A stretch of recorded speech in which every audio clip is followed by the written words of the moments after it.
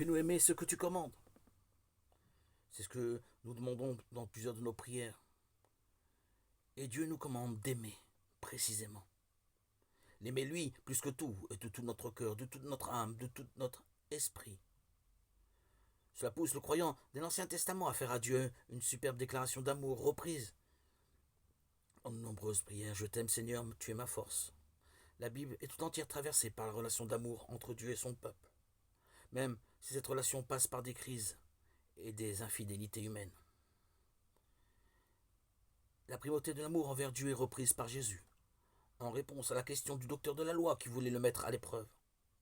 En effet, il n'était pas facile d'établir une hiérarchie des valeurs entre les 613 préceptes que les pharisiens avaient trouvés dans la Torah et dont beaucoup concernaient le culte. Mais Jésus va sans hésiter à l'essentiel, l'amour. L'amour envers Dieu d'abord, mais la mystique ne suffit pas. Il faut y joindre la pratique très concrète de la charité à l'égard du prochain. C'est le second commandement semblable au premier, déjà en bonne place lui aussi dans l'Ancien Testament, dont la première lecture donne un passage très concret.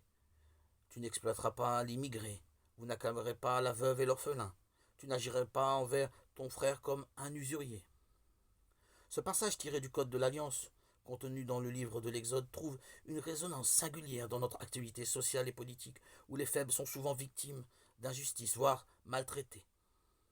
Pour ces domaines aussi, nous demandons au Seigneur, fais-nous aimer ce que tu commandes.